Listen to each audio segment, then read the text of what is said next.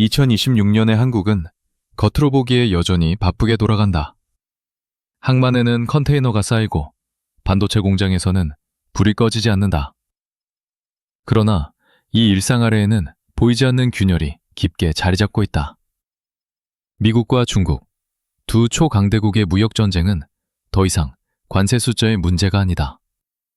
그것은 공급망을 갈라놓고 기술 표준을 나누며 선택을 강요하는 구조적 충돌로 변했다.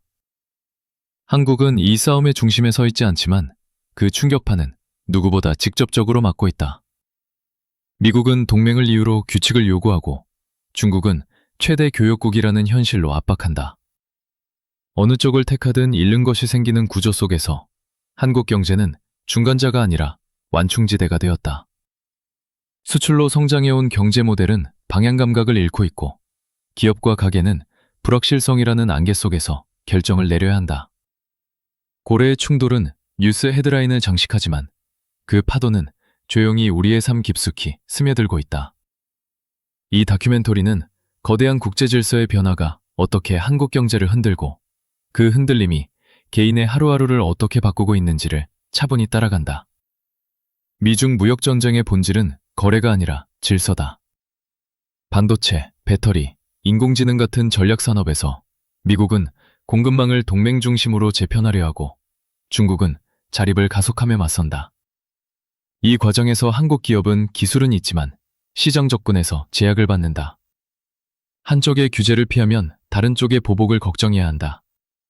수출 계약 하나, 공장 위치 하나가 외교 문제로 확대되는 시대다. 이런 복잡한 흐름을 이해하는 것이 중요한 이유는 그것이 곧 우리의 일자리와 소득으로 연결되기 때문이다. 지금 이 이야기가 유익하다고 느껴진다면 영상의 좋아요를 누르고 채널을 구독해달라. 국제경제의 변화는 어렵지만 함께 이해하면 개인의 선택지가 넓어진다. 한국 경제는 더 이상 빠른 성장만으로 문제를 해결할 수 없다. 구조적 압박 속에서 무엇을 포기하고 무엇을 지킬지 결정해야 하는 국면에 들어섰다. 이 선택의 무게는 정부와 기업만의 몫이 아니라 결국 소비자와 노동자에게 돌아온다. 무역전쟁의 여파는 통계보다 생활에서 먼저 느껴진다. 수출 둔화는 대기업의 투자 축소로 이어지고 이는 협력 중소기업과 지역경제를 동시에 위축시킨다. 제조업 중심의 고용은 줄어들고 서비스업으로 이동한 일자리는 임금과 안정성에서 격차를 보인다. 환율 변동은 수입 물가를 끌어올려 장바구니 부담을 키운다. 집값과 금융시장은 글로벌 자본 이동에 따라 급격히 흔들리고 평범한 가게는 예측하기 어려운 환경에 놓인다. 특히 청년층은 불안정한 국제 질서 속에서 장기 계획을 세우기 어렵다. 해외 유학, 취업, 창업 모두가 지정학적 변수의 영향을 받는다. 무역전쟁은 먼 나라의 정치 뉴스가 아니라 월급 명세서와 대출금리에 반영되는 현실이다.